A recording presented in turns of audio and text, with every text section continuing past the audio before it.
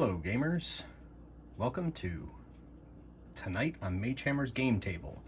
We have Reign in Hell, a demonic skirmish combat by Snarling Badger Studios.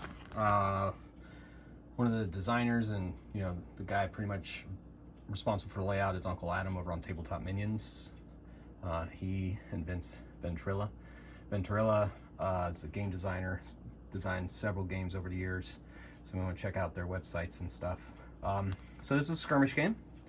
The premise of this skirmish game is that hell has been locked out to human souls. The demons can no longer make it back to earth. So what's left is all of the demons in hell at war with each other. And as demons would, they broke into factions. There's several different factions throughout the book. I'll let you explore those on your own. The two factions that I have warring tonight are the Lords of Hell over here. This is their leader.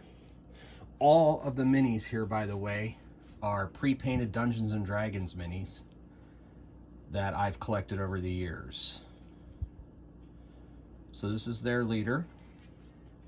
I named him Telzadex. How's that? Okay. Leader of this band, this is the Empty. They seek to destroy everything in hell and tear it down, while the Lords of Hell are trying to reestablish their rule and make demons the best. Now this mini is Caracas of the Empty. He wants to destroy everything and tear it down. In this game, you have a leader. You make him based on various options that you have in the book, and then you have a lieutenant called the Devout, and they can be certain types of demon types, and you create them, and those don't cost any points. Then every other demon that you put into your band costs points. And this is a learning game. It's 100 points. The Lords of Hell, because of the charisma of their leader, get to add an additional mini for free model. So this is the Devout here, a Lord of the Pit.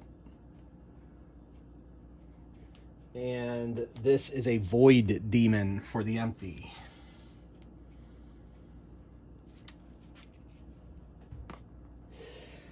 I have chosen a scenario at the back of the book called the Crystal Towers.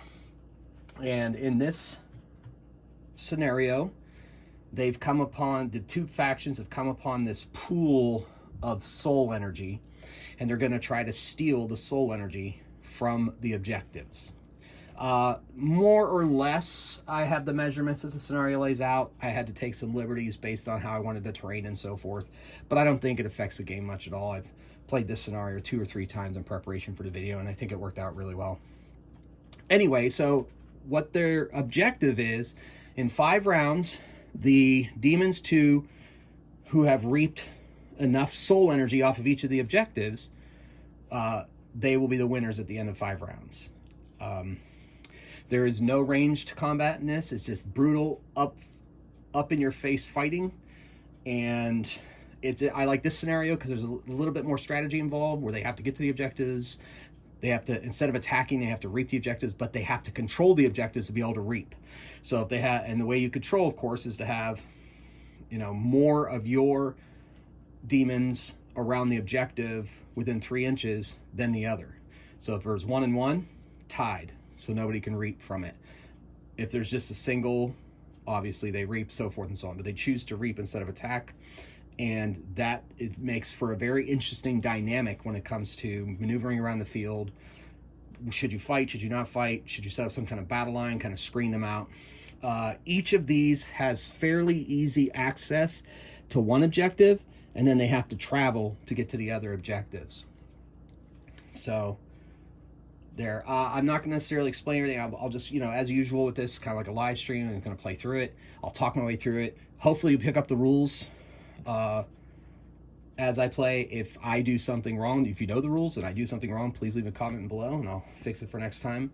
But I'm pretty confident I got it right. But either way, it's still fun, and it's just me playing in the basement and you're watching. So here on Magehammer's game table. All right, so I think one of the biggest innovations for this game is that you have a 12-sided die for each of the demons in your warband. Your cabal. Warbands are called cabals in this game. And at the beginning of each round, each player rolls their initiative dice and then sets them out on these handy dandy sheets that I have right there. And then you go back and forth depending on who has the most dice, and that determines initiative. So you can see how your opponent is going to be activating, but you don't know which minis or models that your opponent's going to be activating, but you know when they're going to be activating them. So that puts a very interesting twist into the game. There's a little bit more to that as we go when demons are slain and so forth, but we'll get to that when it comes to it. And you'll see combat when we get to it. I'll explain that as I go. So hopefully I didn't ramble on too much. I kind of want to give you guys a little bit of an introduction in case you haven't played this game before. But like I said, my channel's not about teaching people how to play. It's about sharing gaming experiences with you all. So here we go. So how we'll figure out is whoever rolls a 12 on or the highest number, I suppose, on their initiative roll will be the first player, active player. Ooh, Lords of Hell, not so good. All right, so we don't have any 12s this time around, but we have an 11 here, and we have a 10 here. And let's go through 8, 8, 7, 6, 5, 4.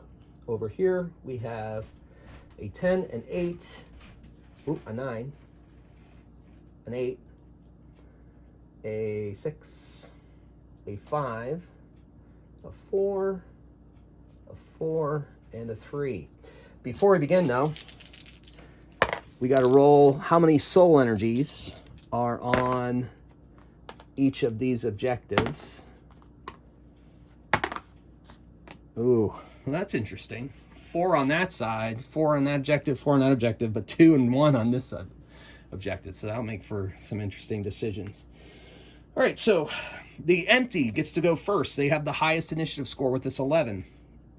And they're going to move one of their slaughter fiends. I have 2 slaughter fiends. This is a miniatures agnostic game, which I really lean towards now as I've been getting older, and I have a huge collection of miniatures from various different places. And I really like being able to use whatever I want to use. And the great thing about this game is, yeah, they're called demons, but there's so many different cultures, so many different backgrounds. They could be fantasy demons. They could be pretty much anything you want. I mean, they could be guys in shirts and ties with guns, I guess, even though there's no shooting, but like, or swords. I don't know. Anyway, demons could be pretty much anything you want it to be. So I thought these guys look pretty cool for slaughter. I tend to have a little bit of a fire theme for the empty because they like to destroy things. So he's got a little flaming spear there. This is the steel skin demon, armored demon. Sorry. Anyway, I think this is probably my favorite mini. This is one of my tentacle beasts. Anyway, cool. And then see, it's kind of a fire theme for the empty because they like to destroy things. They can destroy terrain pieces, but this scenario they got to get to those soul numbers, or else they're not gonna make it. They're not gonna win. Not going to achieve their objectives.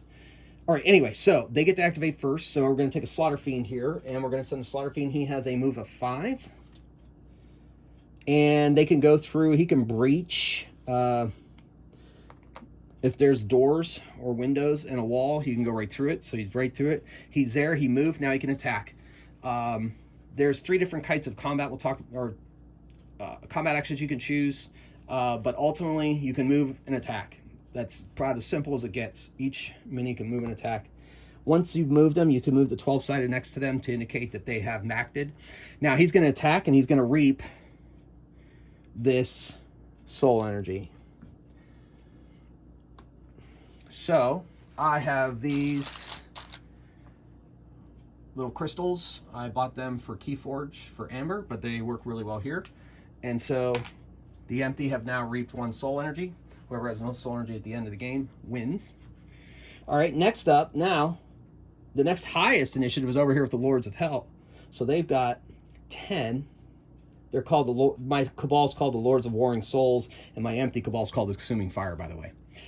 Okay, so 10. Now I've decided I want to get moving. So they're a little bit further away from the objectives, and there's a wall there, and they can't go through that wall unless they have a flyer. They do have a flyer. They have a Mephit, and the Mephit has a movement of 9 flying. So that's who we're going to activate next and try to get him over to that objective and reap some soul energy. So that should put him right over there. He could fly. He doesn't have any kind of penalty for terrain.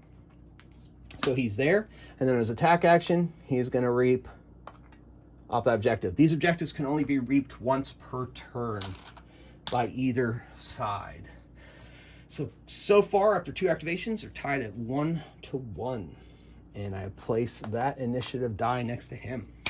All right, coming up next is 9. So the Lords of Hell activate again. They're going to send their spined demon to try to get to that objective over there near them. So the spined demon has a 6 move. So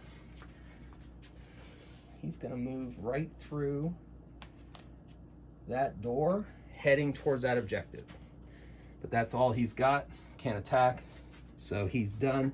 Put the initiative die next to him to indicate that he has activated. Okay. Now the next highest die is an 8 for both teams, but since the Lords of Hell just activated, the Consuming Fire gets to activate next because they also have an 8. They're going to move their Tentacle Beast. He's going to move out, kind of set up a defensive perimeter, but also move towards that other objective over there. And the Tentacle Beast has an 8 move, so he's kind of, he might even get close enough to be able to reap from this objective. Nope. Oh yeah. 3 inches away.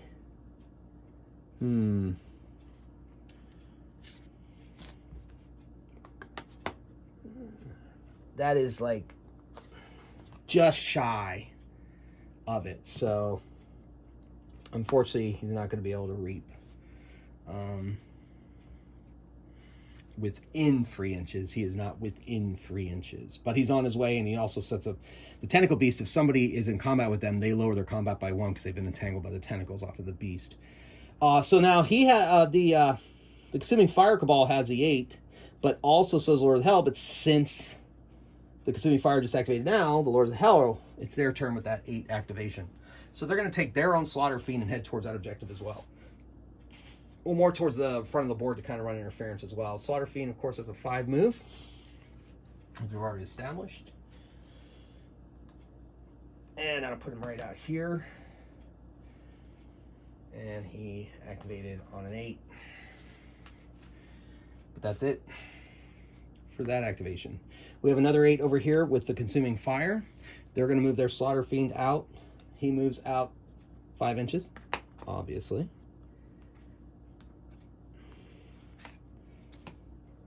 And getting ready to set up screen as we try to head towards that objective. But they also have to try to take them off that objective. So there's a lot of, I like this scenario because there's some tactics and some decision making to be made. All right, so next up is 7. So that is the Consuming Fire once again. They're going to activate their Spine Demon, get him out into the action. He moves 6 inches. That'll put him right in this doorway. Now this game has a rule that if the model cannot balance right on the terrain, it cannot be on the terrain. So that's about as good as it's going to get there. That's a 7 activation. He's going to try to head over to that other objective. So next up is a 6, but since Consuming Fire, they both have 6s, but since the Consuming Fire just activated, it moves to the Lords of Hell. Now, they've got 2 Armored Demons over here, but they also have their own Tentacle Beast. So I'm going to move that Tentacle Beast. That's going to be an interesting... He might... See if he gets close enough. No, he's not close enough, but he's on the move. So he's heading towards that objective. Tentacle Beast on Tentacle Beast looks like. That'll be fun. All right, next up we have a 6 activation over here with the Consuming Fire, the Empty Cabal. And they're going to leave their Void Demon, their Devout, the Lieutenant of the Warband. He has a move of 8. And he's going to go over and he's going to go give some support over in this area here. So, okay. All right. So not a lot of fighting going on, but a lot of maneuvering and some reaping going on so far. Okay, next up on the initiative is a 5, but since they both have a 5, since the Consuming Fire just moved, it goes over to the shifts to the Lords of Hell initiative. They're going to get their Armored Demons out of the way. Armored Demons are slow. They move 4 inches because they have steely skin. Puts him right there in that corner there. And he's... all right. Then over here we have a 5 for the Consuming Fire. They're going to move their Armored Demon up. He's going to run a screen. He moves 4. Okay. Then next initiative are 4, 4, and 3 over there. So the Lords of Hell are going to move first. Then it's going to be the leader, and then Lords of Hell move twice in a row. Try to move their Armored Demon up for support. Puts him right at the edge of that. Ugh. And we're going to put him right before the window. Right before the window. He's stymied by that threshold. All right, and the Consuming Fire's final move, their Caracas, their leader, their zealot, he has a 7 move. He is going to lend his power to the other objective, maybe back up the Tentacle Demon. And then finally we have the Devout and the leader over on the other side with the Lords of Hell.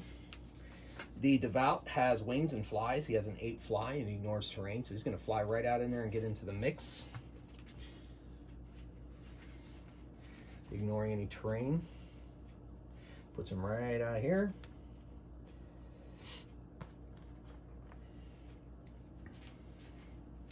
And then their leader with the final initiative die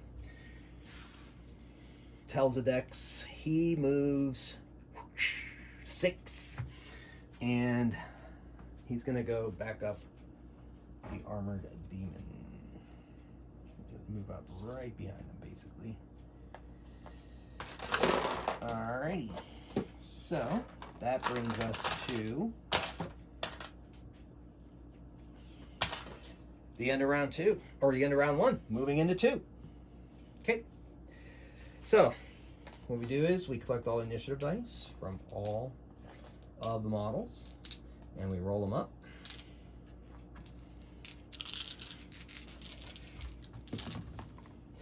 Then the other team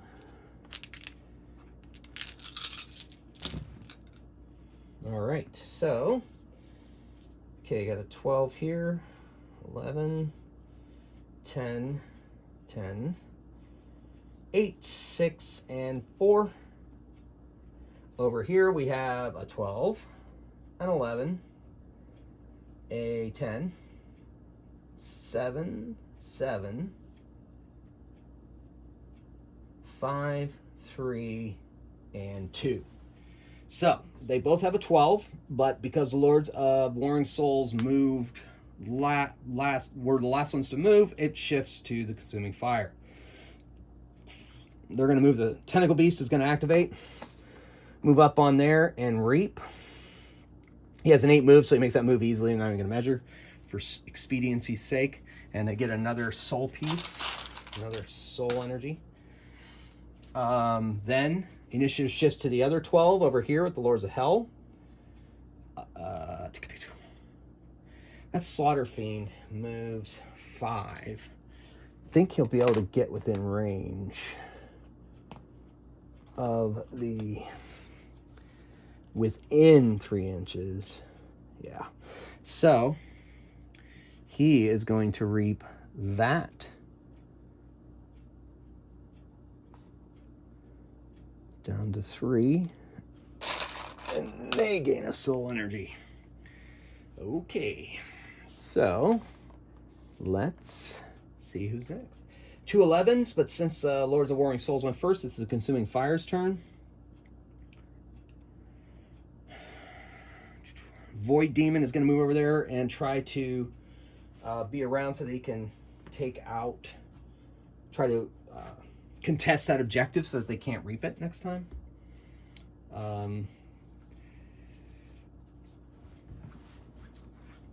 So he moves 8. Now, he's going to get close enough to that. He's going to move close enough to that to... no, he wouldn't be able to reap. If I would have moved... Yeah, no, he's not. Anyway, he can't reap it anyway because it was reaped by the Slaughter Fiend. But he's there ready to fight. But, now that I see that, the Lord of the Pit over there, it's going to be Devout on Devout. Lord of the Pit's not going to put up with that encroachment upon that objective, and he's going to activate and fly right at the Void Demon. Now, there's 3 different ways to attack: running and skirmish, where you move, you attack and you move, or you can charge straight in, move a certain amount, get a bonus to your combat score, or focus combat. If you're already there, you're in combat, you can add to your attack and defense. This Lord of the Pit is going to charge. That just means he moves up, comes within engagement range of the Void Demon, and he gets to attack the Void Demon. The way combat works is each of these demons has a combat score. They roll that many dice modified by certain things, like, for example, the charge, and maybe sometimes a relic that they have, or so forth. The Lord of the Pit, he has a combat 7, but because he charged, it is actually an 8. The Lords of Hell roll the green dice. So he's rolling 8 dice. And then the Void Demon has a combat of 7. He has a couple special abilities, but they don't really take effect unless he is slain. And then he, like, teleports away. It's wonderful. Pretty cool, actually. I mean, it makes sense for something called a Void Demon. But we'll make sure one of them doesn't affect combat. So the Void Demon, once per game. Yeah, so that's that. And Oblivion starts a battle with Oblivion score 0. Yes. Okay. Anyway, so he has a combat score. The Void Demon has a combat score of 7. 2, 4, 6, 7. Now,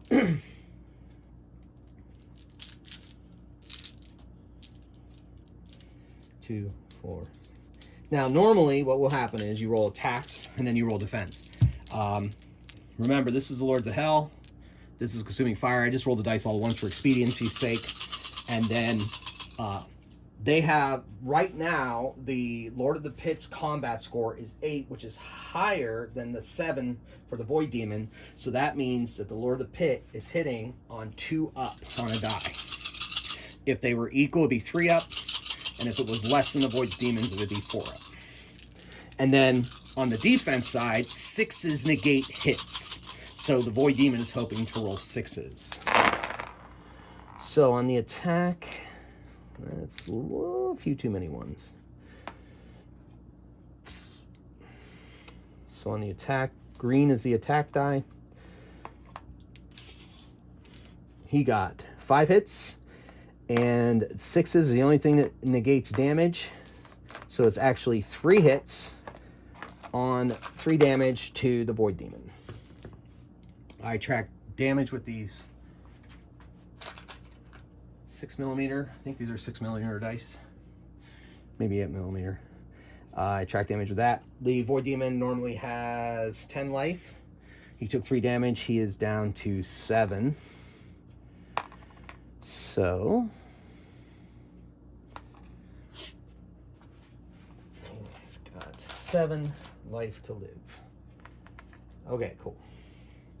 All right, next up in the activation is both have 10s, but because the Lords of Warring Souls, the Lords of Hell just activated, it goes to the empty. Okay. So let's see what we want to do here.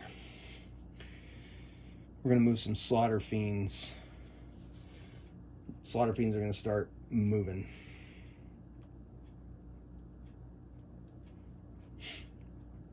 Slaughter Fiends have a movement of 5.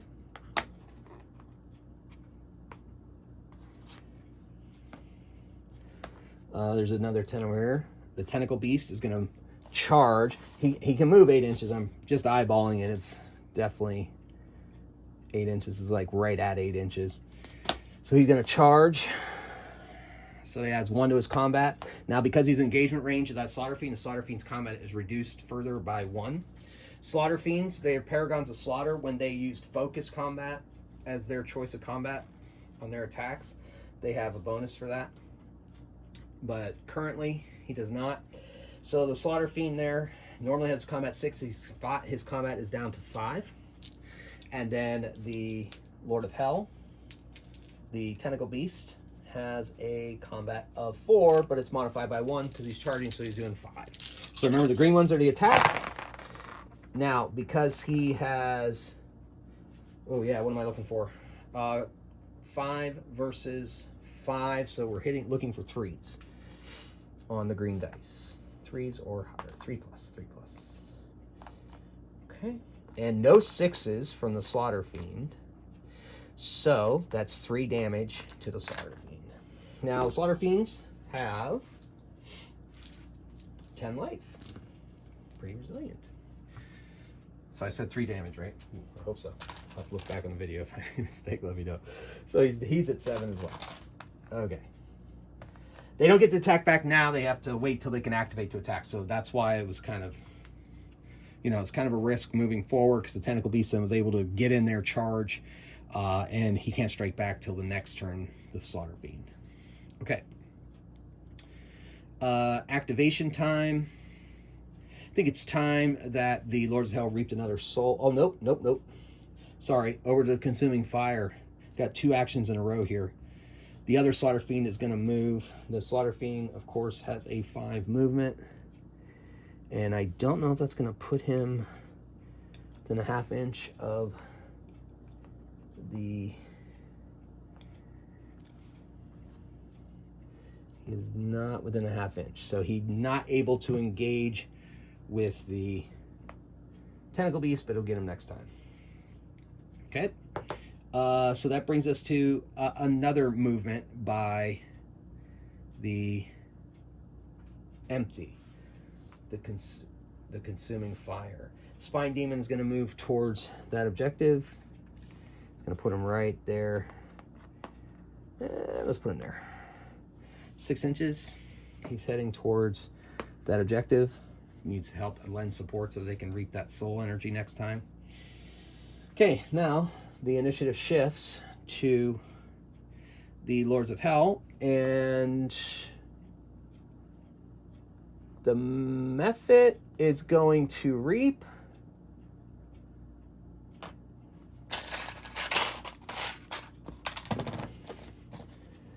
And then he's going to move. He can move up to 9. He's going to go over and contest that.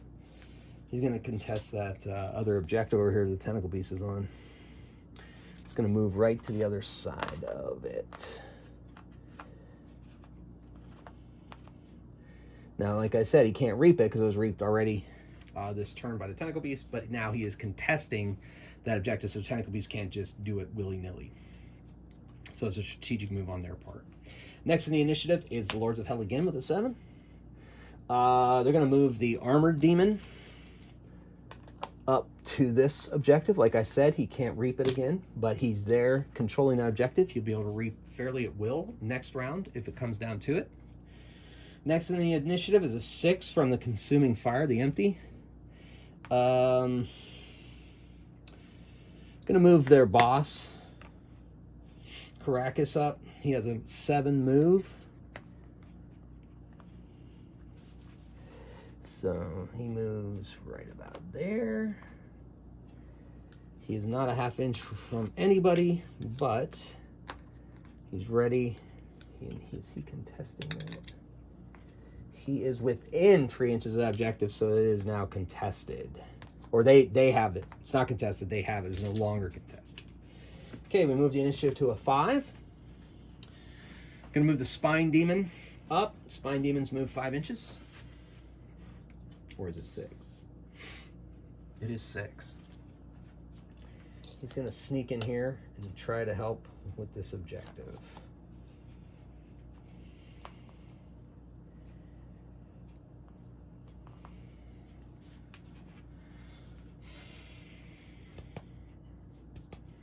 Yep, it's already been reaped, so he's there. Is he within 3?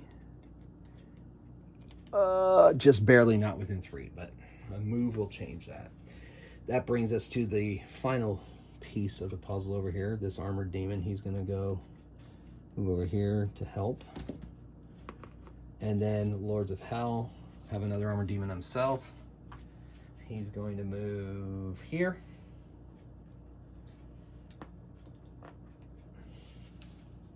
They should die. And then they got their boss man. He moves 8, I believe. Nope, moves 6. So good. So he moves right there. And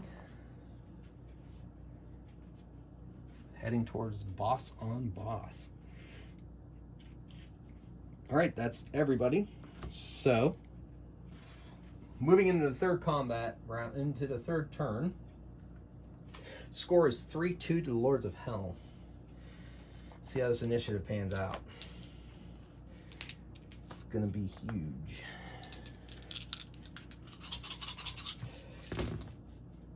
Okay, so not too bad. I got an 11. Pretty strong roll. 10 over here. 9, 8, 6, 4, and 2 1s. Well, that could come in handy. We'll see. And then roll the initiative for the empty. The consuming fire cabal. Woohoo! They got a 12.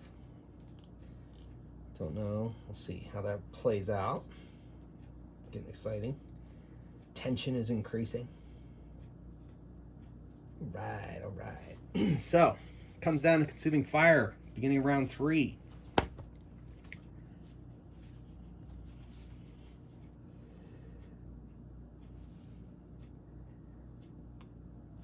Tentacle Beast is going to reap that soul.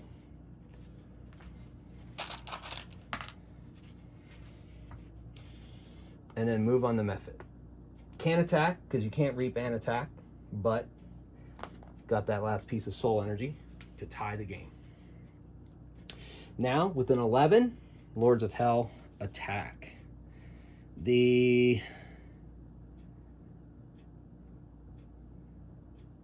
Mephit's combat is terrible.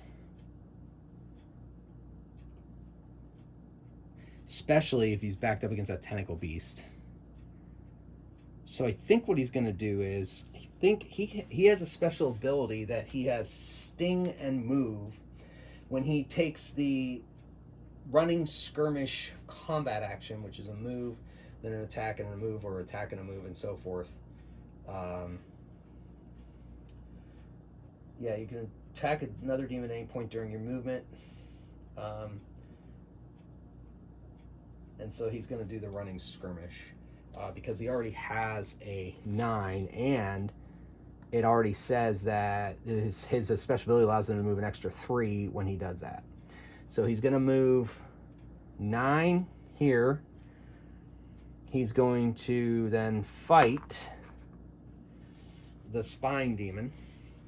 He has a 3 combat. He's not charging. He's running skirmish, so he doesn't get the extra. And the Spined Demon has a combat of 6. Ouch. All right, so the Mephit is hitting on 4s. So the Mephit got 2 hits and no 6s from the Spine Demon. Spine Demon has an ability when he charges, that doesn't help him at all. So he takes 2 damage, and Spine Demons have 7 life to begin with. So he is now down to a 5 life. Then the Mephit is going to move 3 inches away as per his special ability.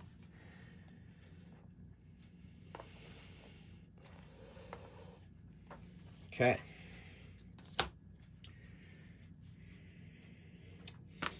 All right, so big decision here. The action is consuming fires because they have a 10, but so does Lord of Hell, but the Lord of Hell just activated, so it's back to the consuming fire.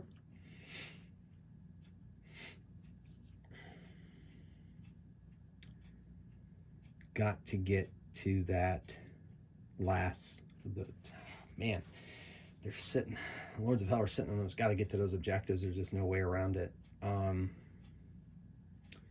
So the Spine Demon is going to do a skirmish. He gets his special ability when he charges, but doesn't have much choice. He's got to get in there. He's got to get to that objective. But the Mephit's in the way, and he wants to kill the Mephit. In this game, when a demon dies, if there is an opposing demon within 3 inches of a dead demon, you get something called a soul die, which you can use in combat or for movement. It's kind of like command points in a way. It gives you a little extra edge in your turns. So if he kills that Mephit, which is a good chance of killing that Mephit. All right, so the Spine Demon's going to do a running skirmish. He's going to go attack the Mephit and then try to move towards the other objective. This dragon skeletal arm, I'm going to call that like a rough terrain kind of thing. So that's going to cost him, I think, 2 inches. Terrain may modify this ability. Let me triple check that, because that could be very important.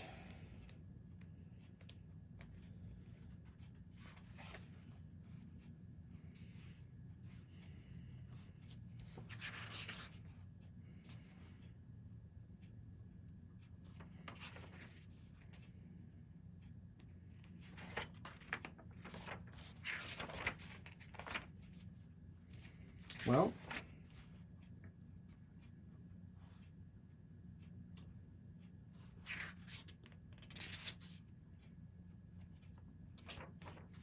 we're going to say you can move over it with no penalty then, I guess, because there's nothing really going on there. All right, so we're going to do he's going to do a skirmish. So he moves, I think that's a 2-inch move, then attacks. Then hopefully kills them. If it even doesn't, he's still going to move beyond it, but he's hoping to kill them if it. So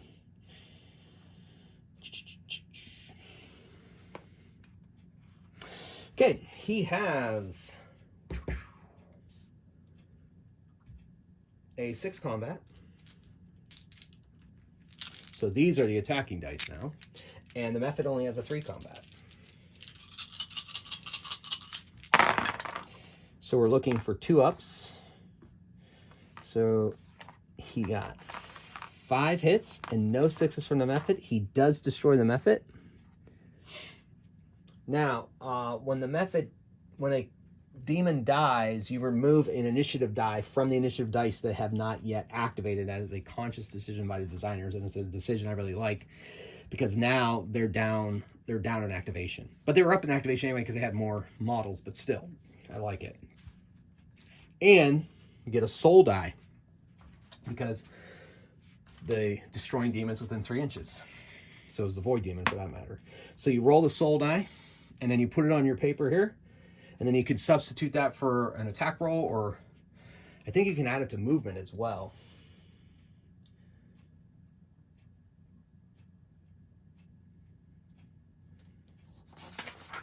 Soul dice is within 3 inches of slain demon, harvest energy. Yes, roll DC. Okay. Place a roll made in combat or combat defense roll, or you may instead use soul dice when you activate demon to increase your movability. Yes, so it's kind of like an advance in Warhammer 40k. I'll be able to move him an extra 4. But right now, he moved 2 inches. He has a 6-inch move, so that moves him 4 more inches and puts him right there by the pool. And he can stand on that, so he's legal to be on it, I guess. He's leaning, kind of. All right, we'll get him to a place where he can stand as per the rules. And he is there. But the good news is that he's within 3 of that objective. Speaking of that objective, we now move to the Lords of Hell with a 10 initiative.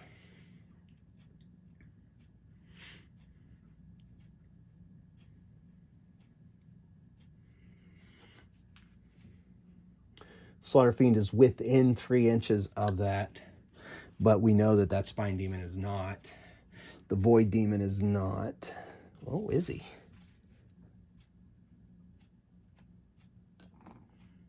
Ooh, I think he is. So, right now, yeah, so they have to move there if they don't want that to be activated. So we're going to move the spine demon up. And that will make him and the within 3.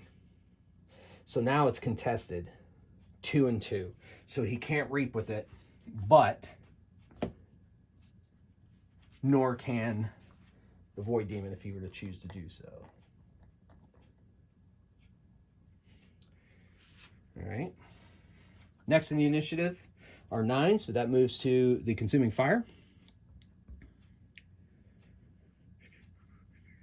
Whoa, decisions.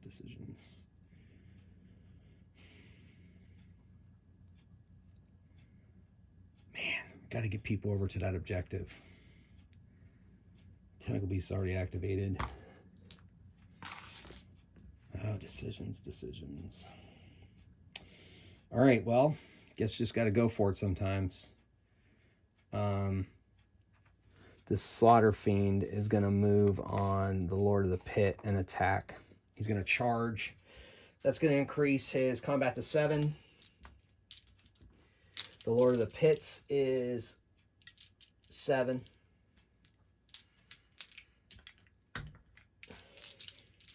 Lord of the Pit has, yeah, that's it. He stays on a 6. And they are tied in combat, so we're looking for 3-ups on the orange dice. So he's got 5 hits, 1 6 for combat there. So that eliminates one of those. So the Lord of the Pit takes 4 damage. All right, so 4 damage. He has a normal 12 life. So he's at 8.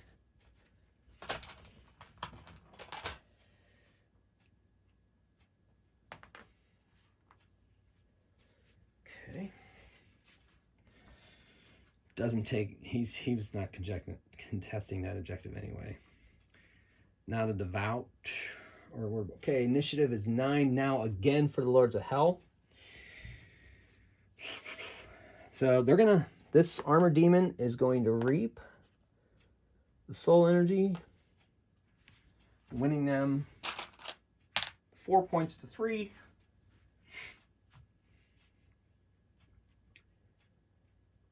Which initiative now brings us to 6, which brings us to the consuming fire.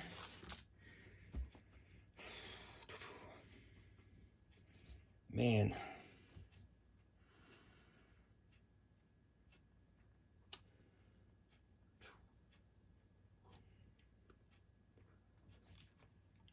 The armor demon is going to move 4 inches.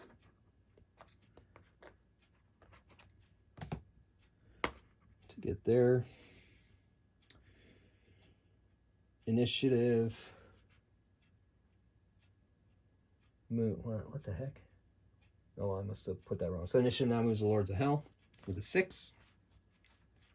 The boss, it's going to be Telzedex versus Caracas. He is going to charge. He has a 7 move. I believe that'll definitely bring within an inch of him. Let's double check.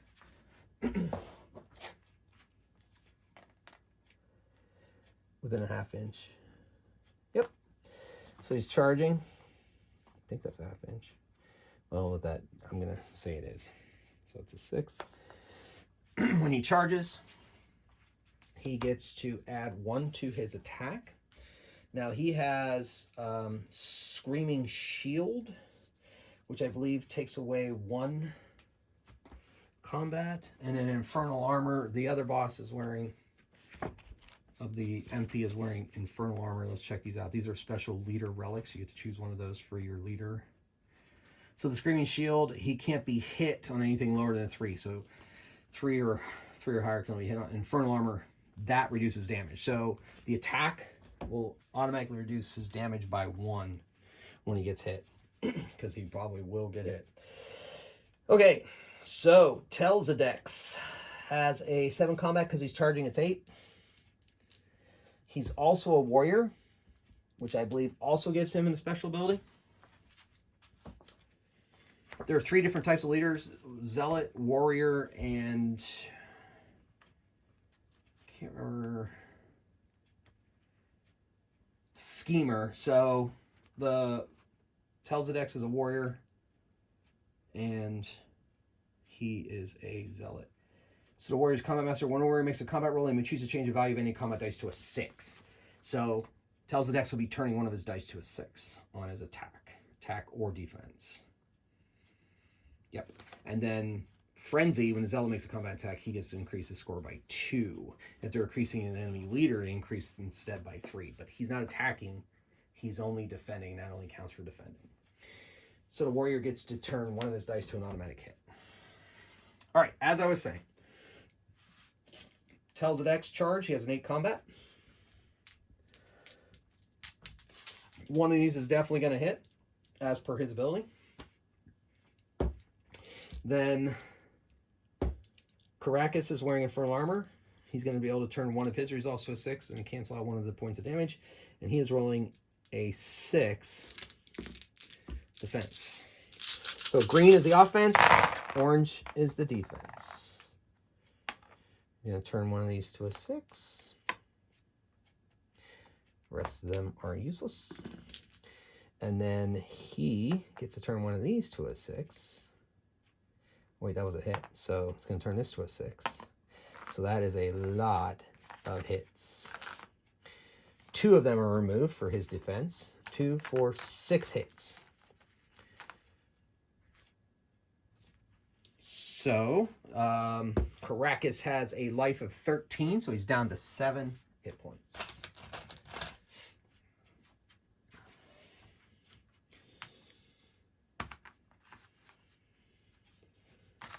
Okay. Initiative shifts back to the empty with a 5. And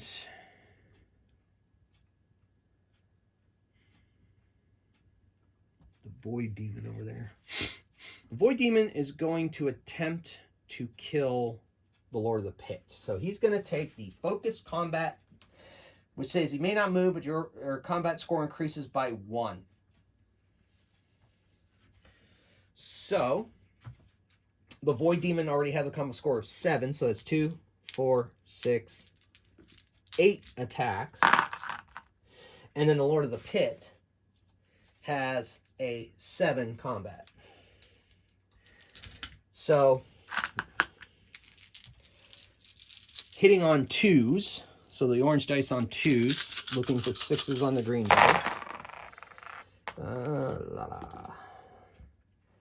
So we're looking at 6 hits and no 6s from the Lord of the Pit. Holy moly. Okay, so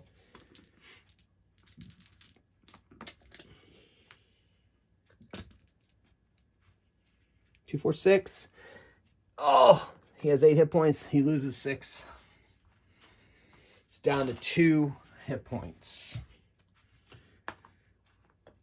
Now, if the Void Demon gets attacked in combat because he took the focus combat, he also increases his defense combat roll as well. All right, initiative now shifts back to the Lords of Hell.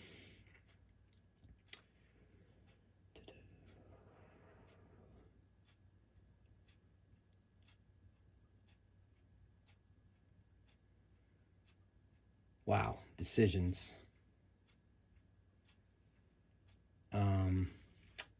All eyes on that. So what we're going to do is, I think I'm going to move the armor demon up to help kind of get in that scrum there of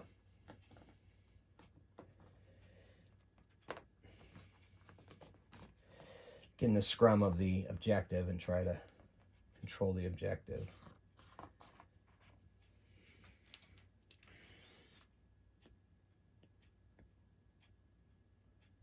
That puts them within 3, so they're gaining dominance on that objective. Things are getting crazy. All right, so initiative now shifts back to the consuming fire. And 2 more activations, Boss Man and this. So we're going to activate the Slaughter Fiend. He is using Focus Combat.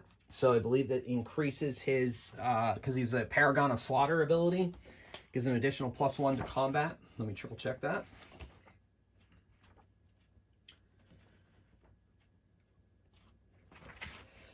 Paragons of Slaughter. When the Slaughter Fiend has Focus Combat, they use +2 to their combat ability for the attack roll and +1 to combat defense rolls as possible. So normally when you use Focus Combat, you get +1. They get an additional +1. So he gets +2 to this attack. So the Slaughter Fiend's combat normally is a 6. That brings it up to an 8. So he's rolling 8 dice, which is going to put him over the Tentacle Beast. Oh, but then he's got to reduce his combat by 1 because he's adjacent to the Tentacle Beast. That's that special ability. So he's only rolling 7 dice anyway, versus the Tentacle Beast's 4 combat. So the Slaughter Fiend is hitting on 2 ups. And for 2 ups on the orange dice, that is a lot of them. And there's only 1 negation on the defense roll. So that is a total of 3. 6 damage on that Tentacle Beast. Tentacle Beasts have 9 life, so that Tentacle Beast is down to 3 damage. And now, might as well do it. It's Tentacle Beast's turn to attack. Activate him. And he is going to attack. He has a 4 combat. The Slaughter Fiend normally has a 6 combat, but 7 because he focused combat. So he's rolling 7 dice again. While and I think, you know what, Tentacle Beast take focus combat as well. So he'll be rolling 5 dice, but his combat is still less, so he's hitting on 4s. Green dice hitting on 4s. So 3 hits, 2 6s from the Slaughter Fiend. And so he negates 2 of those hits, so he takes 1 damage.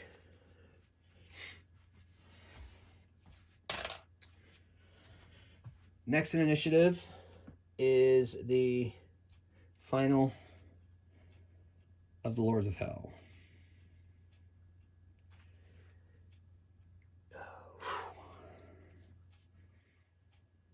So right now, let's see what we're looking at here. Looks like we've got 1, 2, 3 to 2. So that puts him over the edge.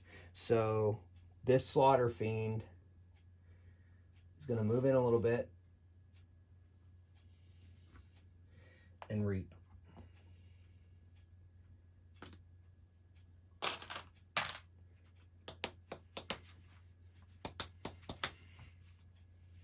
Because they control that objective. Cool. And then our final activation is going to be Boss Man on Boss Man. Now, he is going to take the focused action or focused combat option, which will put him at 6. He is a zealot, so he's going to add more dice to his attack because of his zealotry. That is, so combat attack roll, increase your combat score by 2, attacking the enemy leader by 3. Remember, I read that earlier? So he increases his dice by 3, plus focus combat, 4, so he's rolling 10 dice. 2, 4, 6, 8, 10. Okay. Then, Telzdex has a combat of 7. He charged last time. He has a Screaming Shield, which means he can't be hit on 2s. He can only be hit on 3s. So, he is rolling 7 combat dice. And we're looking for 3s on the orange dice and 6s on the green dice. Oof. Okay, we're going to replace one of these 1s with a soul die 4. So we make it a hit. And there's only one negation on the part of Telzedex.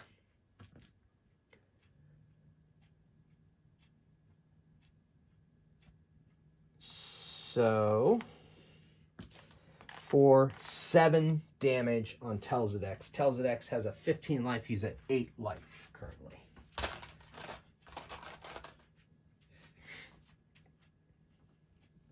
Woohoo! Ooh, I forgot. He's next to the Tentacle Beast. He should have rolled 1 less die. Oh well. Chaos of combat, as we say in D&D. Okay, so that soul die is now spent. And that brings us to next round. All right. 4th round. Score is 5-3 going to the Lords of Hell.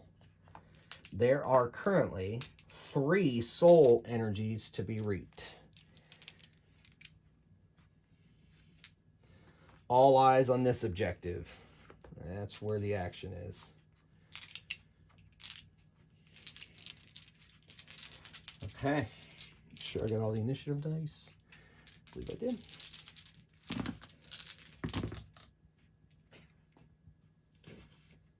Lords of Hell got themselves a 12. Couple of 1s though.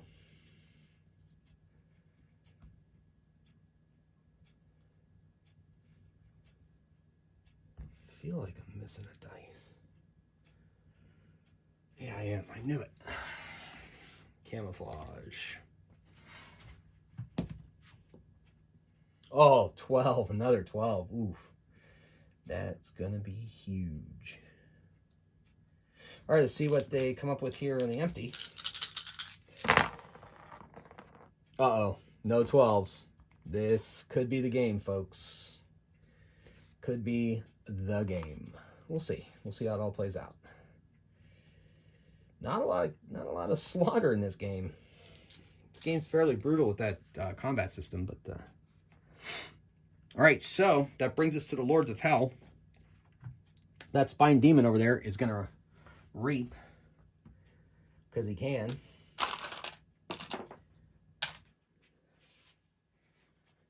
He's activated, and he's not gonna move. He's just gonna stay in there. All right, remember these objectives can only be reaped once. And then another 12. He's going to reap out this final one here of soul energy.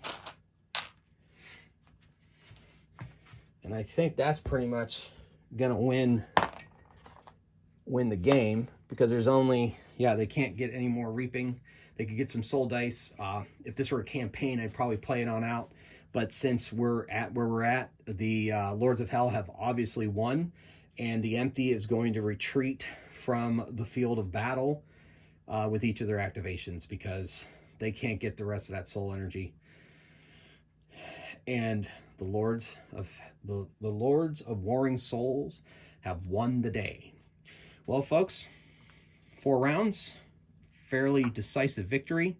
In the other games I played, it went kind of all over the place, because that initiative mechanic is great. I love it. Some people say it's a little fiddly. I don't think so. I don't have any problem with it. You saw how it played on here. It also gives you some time to focus and think as you start thinking about what you want to do for your next round. And this is just one scenario. I'll be playing this game again on another tonight on Magehammer's game table. Hopefully you enjoyed that. I did. I like this skirmish game quite a bit. I'm glad I have the models to be able to do it. Plus, like I said, you can use any models you want. So that's the game. Hopefully you enjoyed it. Once again, thank you for watching. I appreciate your continued support. Thanks for sharing in these solo gaming experiences with me. I've been having a blast putting these videos together and playing these games. So many great games. We definitely live in a golden age of games. All right, folks. Well, thanks again for watching. And until the next video, keep on rolling some dice and moving some minis.